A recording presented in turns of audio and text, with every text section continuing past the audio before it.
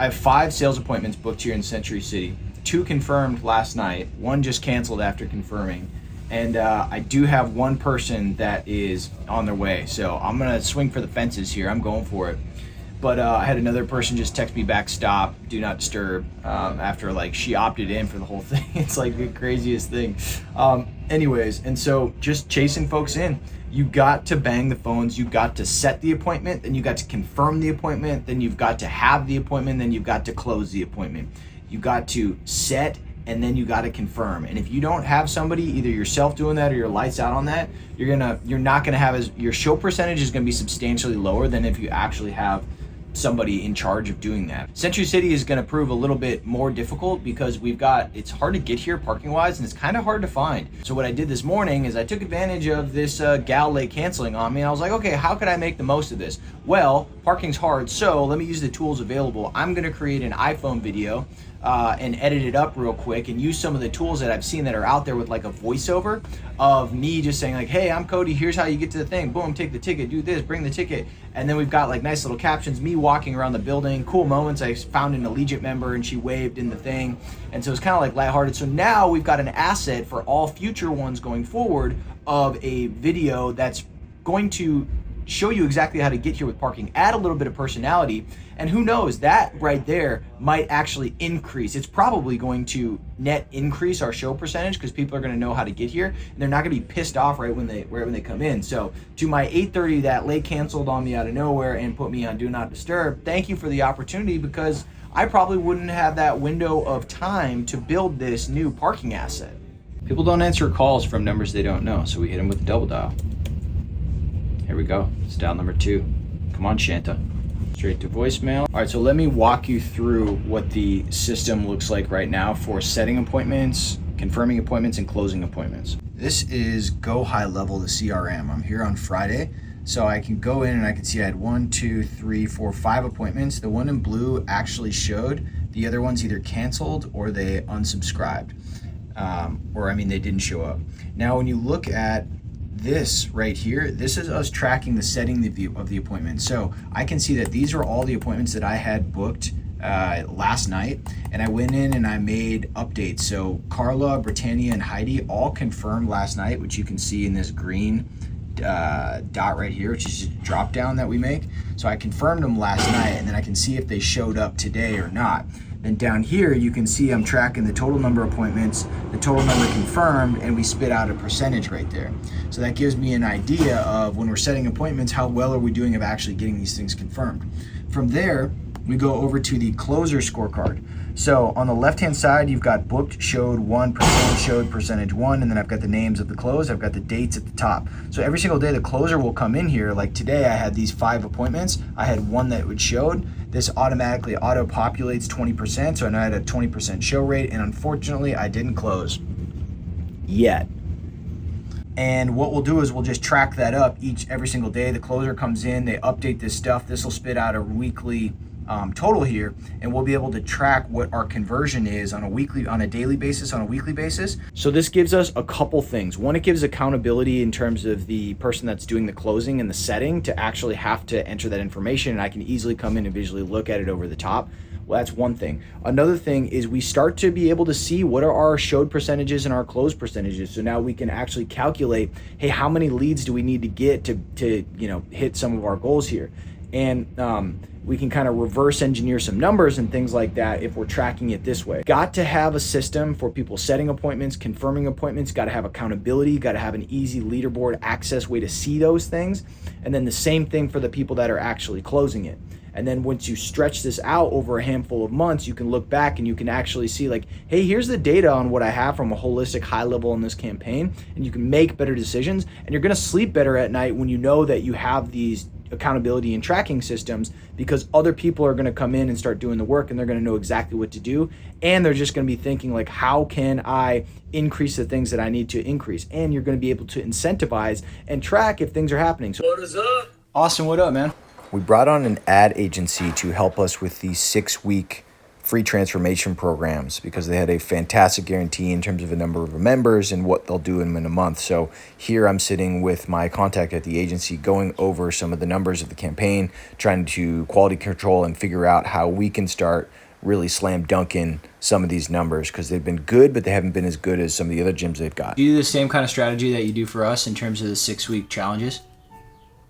If it applies to the gym, that's just historically speaking one of our better approaches. We have a couple other ones that do pretty well. I have one that's been doing really well lately. It's called the risk-free challenge, a risk-free guarantee, and it's a different approach on the 6-week challenge where there's no accountability whatsoever. All it is it's very simplistic. It would be, I come to your gym, check you out. The risk-free aspect of it is I pay for my month membership. I have to do a minimum of 3 workouts a week. At the end of the month, if I accomplish all 12, if I don't feel like it was a good fit, I can get the money back. If I feel like it's a good fit, we just keep moving forward. Do you see that there's like not as high of a leads at the top because it's not advertised, or do you advertise it as free as well? I just put it as a risk-free guarantee. What do you think those other gyms are doing different, if anything, to smash the guarantee in 3 months where we're not doing it? Do you think it's just a market thing? Do you think?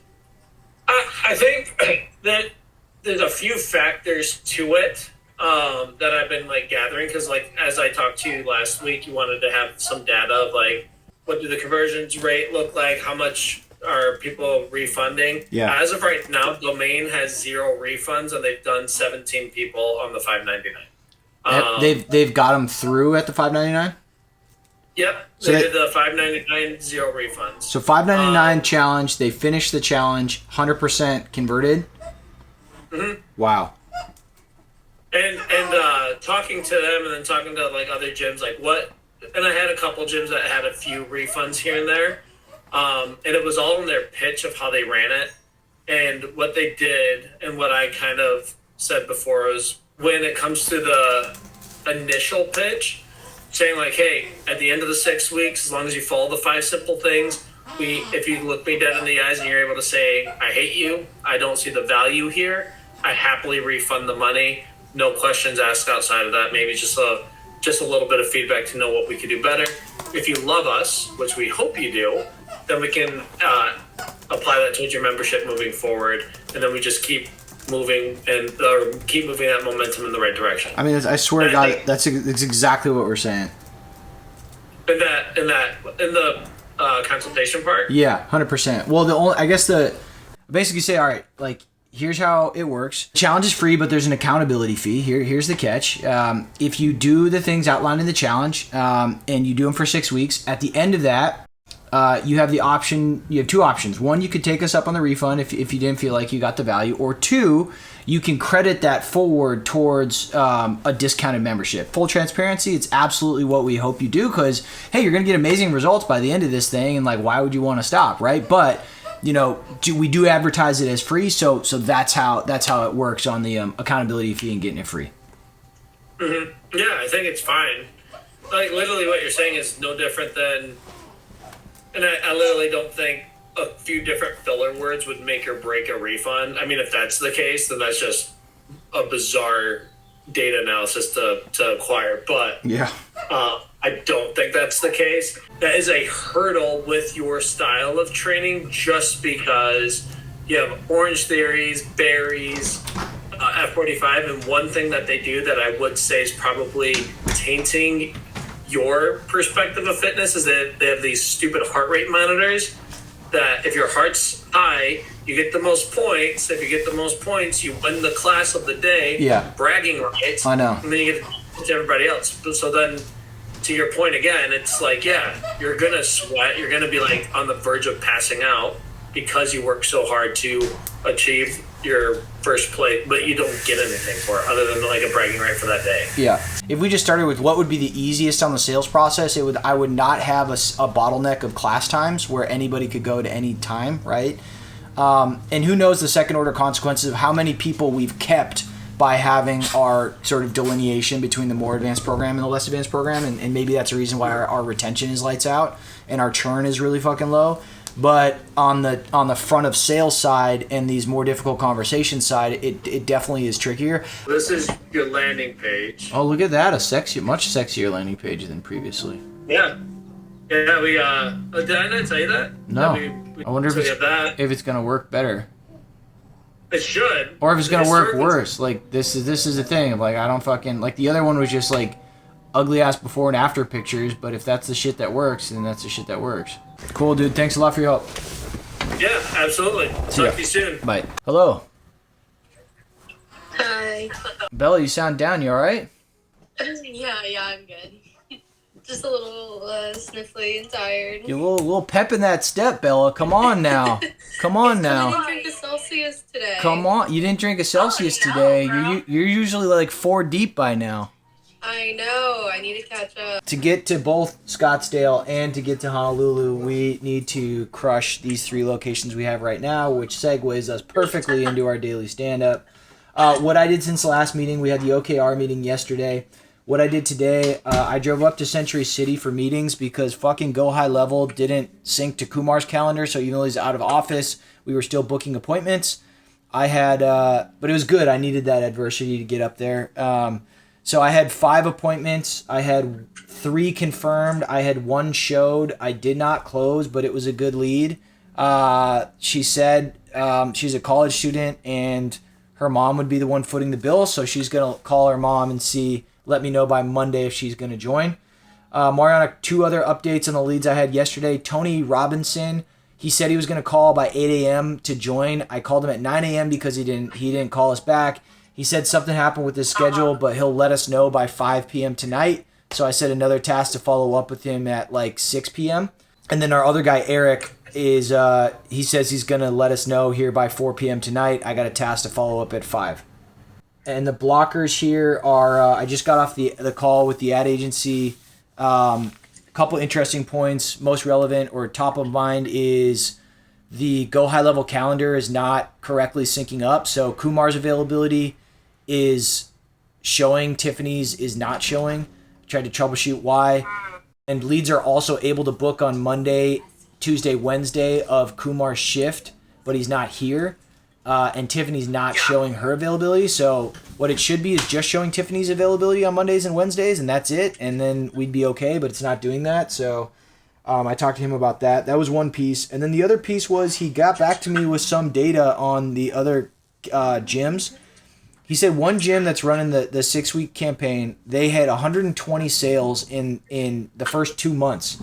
I go, what the fuck are they doing differently than us? And he goes, honestly, man, like it's a lot of the same stuff. I'm not sure. And then on the conversion side, he said one gym finished 17 6-week challenges. All 17 converted to memberships. And I asked him, what are they saying? How are they framing it? He says it's all about how you frame it in the beginning. It's all about basically saying there's a $600 accountability fee. You got 2 options. You can either take the refund if you say, hey, man, like I did this and I don't feel like I got the value, so I'd like to take my refund, and we'll happily refund you. Or, you know, what we're hoping you do is you credit it forward towards a membership. And I'm like, is it an additional discounted membership or anything like that, to Karan's point? And he was like, no, it's just a regular membership. I go, this is exactly what we're fucking saying and doing, like to a T.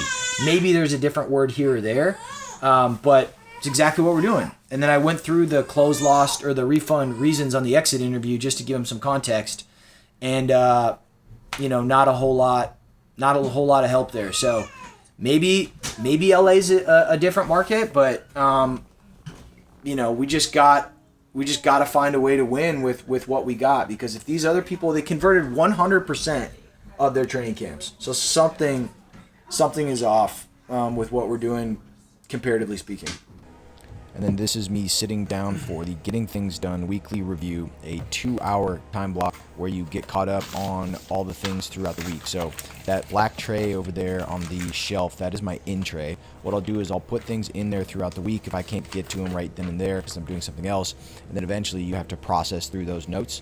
You also want to process throughout the week, but sometimes you can't get everything. So your weekly review is a time to sit down, get caught up, get clear on everything, push through a handful of the monotonous tasks that have kind of piled up on you, and just define the work that you're going to do. So you look at your calendar the past week, you look at your future week, you look at your projects, you make sure that you've got tasks and everything sort of set so you can define the work, so when you get into the context, you can just sit down and go.